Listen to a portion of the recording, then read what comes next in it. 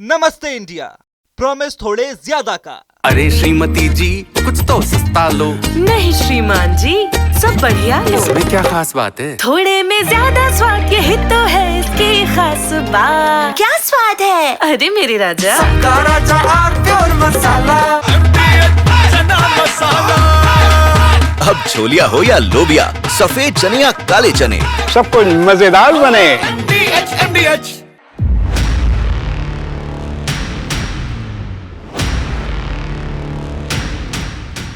नमस्कार, देश की बात में आप सभी का स्वागत है, अभिनंदन है। दुनिया भर को पाकिस्तान की करतूत बताने के लिए ये तय किया गया कि देश से एक साझी आवाज वैश्विक मंच पर जाए, एक स्वर जिसको बोलते हैं, या ऐसे कह लीजिए मिले सुर मेरा तुम्हारा तो सुर बने हमारा। हमारा सुर, भारत का सुर एक हो पाकिस्तान के संदर्भ में। तो हुआ कि भाई सांसदों, पूर्व सांसदों, विदेशी मामलों के जानकार और इमिनेंट पर्सनालिटीज, प्रसिद्ध लोग, विख्यात लोग, इन सबका एक ऐसे प्रतिनिधि मंडल बनाए जाएं जो देशों के अलग अलग हिस्सों में जाएं। वो सारी कथा आपको पता ही है। अब मसला आया कि भाई कौन जाए, किस पार्टी से कौन नहीं जाए, तो पार्टियों से नाम मांगे गए। कांग्रेस ने जो 4 नाम दिए, सरकार ने उन नामों को यथावत स्वीकार करने की बजाय शशि थरूर और आनंद शर्मा जैसे कांग्रेस के बड़े नेताओं को शामिल कर लिया जो विदेशी मामलों के जानकार रहे। असदुद्दीन ओवैसी भी शामिल हुए, सलमान खुर्शीद भी शामिल हो गए। अब मजे की बात देखिए, पाकिस्तान के संदर्भ में पाकिस्तान पर सबसे तीखा हमला बोलने वाले लोगों में असदुद्दीन ओवैसी उभरे। सोचिए, आज से कुछ महीने पहले कोई ऐसा सोच सकता था? नहीं ना, एक धारणा थी। ओवैसी ने भारत सरकार के किसी कदम पर सवाल नहीं उठाया पाकिस्तान के मामले में। शशि थरूर अद्भुत वक्ता हैं, विदेश नीति के अद्भुत जानकार हैं, संयुक्त राष्ट्र संघ में बड़े ओहदे पर काम कर चुके हैं, कांग्रेस के सांसद हैं। लेकिन थरूर का स्वर कांग्रेस के स्वर से बिल्कुल अलग रहा। कांग्रेस ने जहां नाना प्रकार के सवाल पूछकर अपनी एक दूसरी लाइन तय की, वहीं थरूर ने कहा कि मैं भारत के साथ हूं। और इसके बाद थरूर कांग्रेस की आंख में खटकने लगे। कांग्रेस ने कह दिया कि हमने थरूर को बता दिया है कि पार्टी क्या चाहती है, अब फैसला थरूर को करना है। थरूर ने फैसला कर दिया, उनका हम जाएंगे, प्रतिनिधिमंडल का नेतृत्व करेंगे। और ऐसा ही स्वर सलमान खुर्शीद ने भी दिखाया, उनका स्वर भी ऐसा ही रहा, इसी क्रम में रहा। सलमान खुर्शीद से पूछा गया कि क्या भारत पाकिस्तान के बीच में जो जंगबंदी हुई है, युद्ध विराम हुआ है, सीज फायर हुआ है, इसमें अमेरिकी राष्ट्रपति डोनाल्ड ट्रंप ने मध्यस्थता की? सलमान खुर्शीद ने कहा नहीं, किसी ने कोई मध्यस्थता नहीं की। पाकिस्तान गिड़गिड़ाया, भारत ने उसकी बात मान ली, सीज फायर हो गया। सलमान खुर्शीद का ये रुख कांग्रेस के रुख से ठीक विपरीत है। कांग्रेस लगातार इस बात को उछाल रही है कि ट्रंप ने समझौता कराया, ट्रंप ने सीज फायर कराया। ट्रंप कुछ भी बोलते हैं, कुछ भी ट्वीट करते हैं, कांग्रेसी उसको तुरंत लपकते हैं और एक नया सवाल खड़ा कर देते हैं कि देखो देखो ट्रंप ने फिर कहा कि हमने समझौता कराया। तो बड़ा प्रश्न ये कि 3 चेहरे, ये असदुद्दीन ओवैसी, शशि थरूर और सलमान खुर्शीद। इन तीन चेहरों ने ऑपरेशन सिंदूर और उसके बाद की परिस्थितियों में जो रुख लिया, वो रुख सरकार की धारा के साथ था, देश की धारा के साथ था, देश के मानस के साथ था। अब ऐसा कैसे हुआ? क्योंकि ये ओवैसी को छोड़ दीजिए, खुर्शीद आलम, अरे सलमान खुर्शीद और शशि थरूर, ये तो जानते हैं कि इनको तो कांग्रेस में असुविधा होगी अब, क्योंकि राहुल गांधी की जो लाइन है उस लाइन को शशि थरूर टो नहीं कर रहे, सलमान खुर्शीद टो नहीं कर रहे।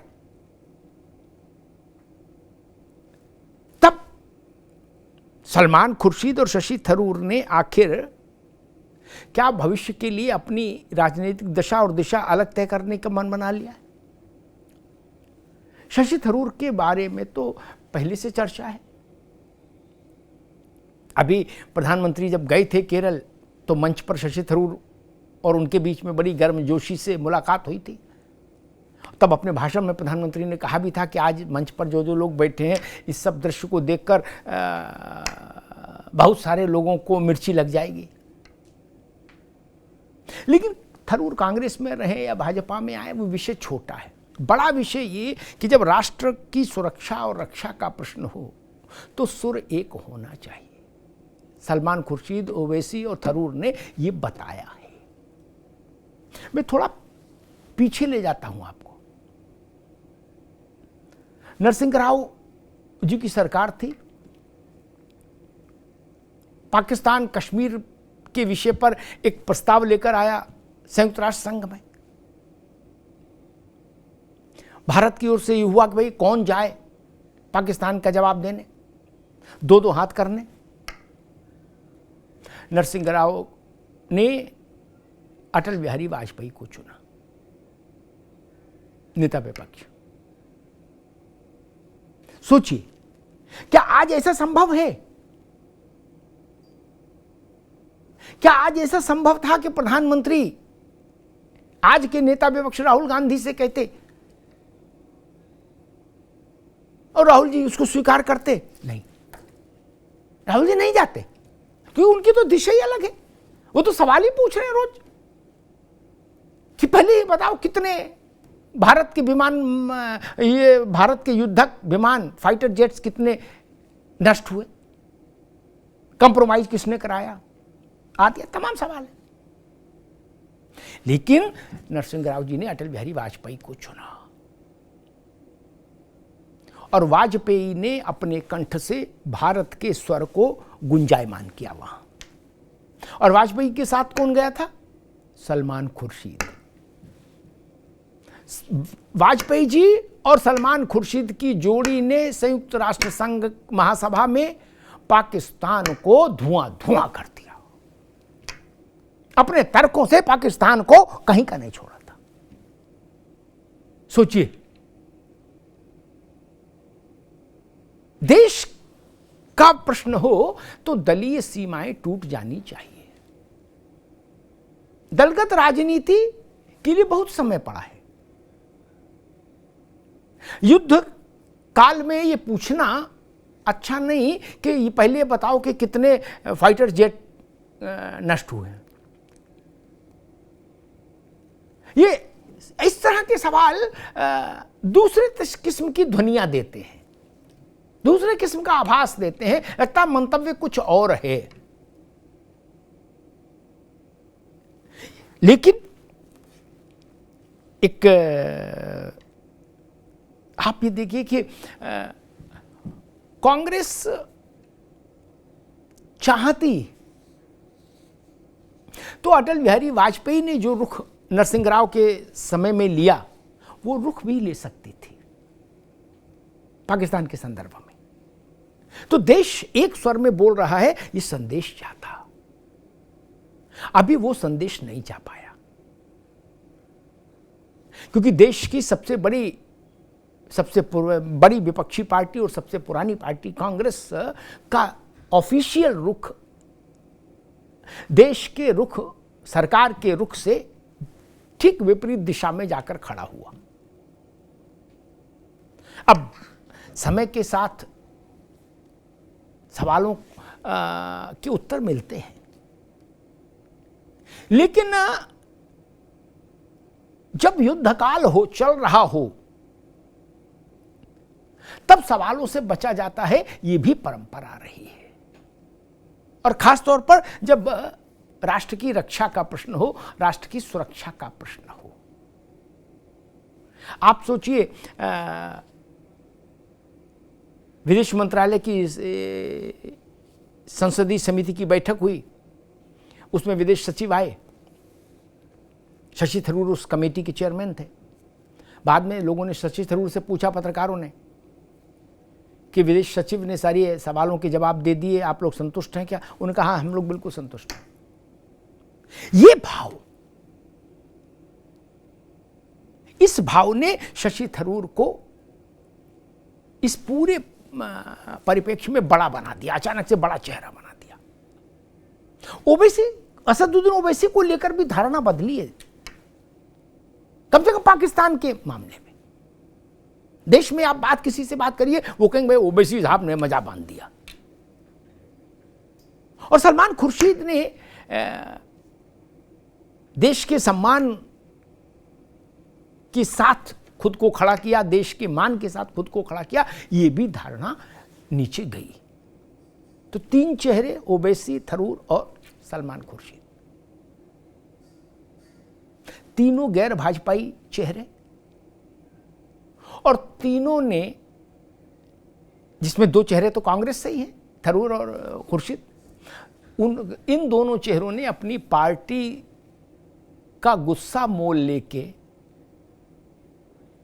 देश के घोषित रुख के साथ खड़े होने का जोखिम उठाया है। इसलिए बात और भी बड़ी है।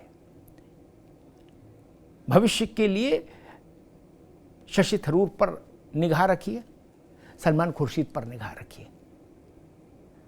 कांग्रेस के साथ इनका रिश्ता कब तक चलता है, कैसा चलता है, ये देखने की बात होगी। लेकिन फिर भी व्यक्ति किस पार्टी में रहे, किस पार्टी में आए जाए, ये छोटी बात है। बड़ी बात है कि युद्ध काल में आप बिना किसी किंतु परंतु के देश में और देश के भीतर भी, देश में और देश के बाहर भी, माफ करिएगा, केवल और केवल एक सुर में बोले। जरा सा भी विचलन युद्ध काल में स्वीकार्य नहीं होना चाहिए। जिन प्रतिनिधि मंडलों में ये लोग गए हैं, शशि थरूर तो लीड कर रहे हैं प्रतिनिधि मंडल का, उन प्रतिनिधि मंडल को कांग्रेस ने पीआर एक्सरसाइज बता दिया, कहा ये पीआर का काम है और ध्यान भटकाने के लिए किया जा रहा है। आप सोचिए, भारत ने कहा कि हम दुनिया के सामने पाकिस्तान को बेनकाब करने के लिए जा रहे हैं, और कांग्रेस ने कहा ये ध्यान भटकाने का मामला है और पीआर एक्सरसाइज है। ये चीजें वो हैं जो पाकिस्तान या भारत के विरुद्ध हम मन रखने वाले देशों को थोड़ा सा स्पेस देते हैं। जो आरोप पाकिस्तान लगाए और वही उसी मिजाज के आरोप अगर हिंदुस्तान में भी लोग लगाने लगे तो बात गहरी हो जाती है, बात कड़वी हो जाती है। धन्यवाद। नमस्ते इंडिया, प्रॉमिस थोड़े ज्यादा का। थोड़े में ज्यादा स्वाद, यही तो है इसकी खास बात। वाओ मामा, क्या स्वाद है! अरे मेरे राजा,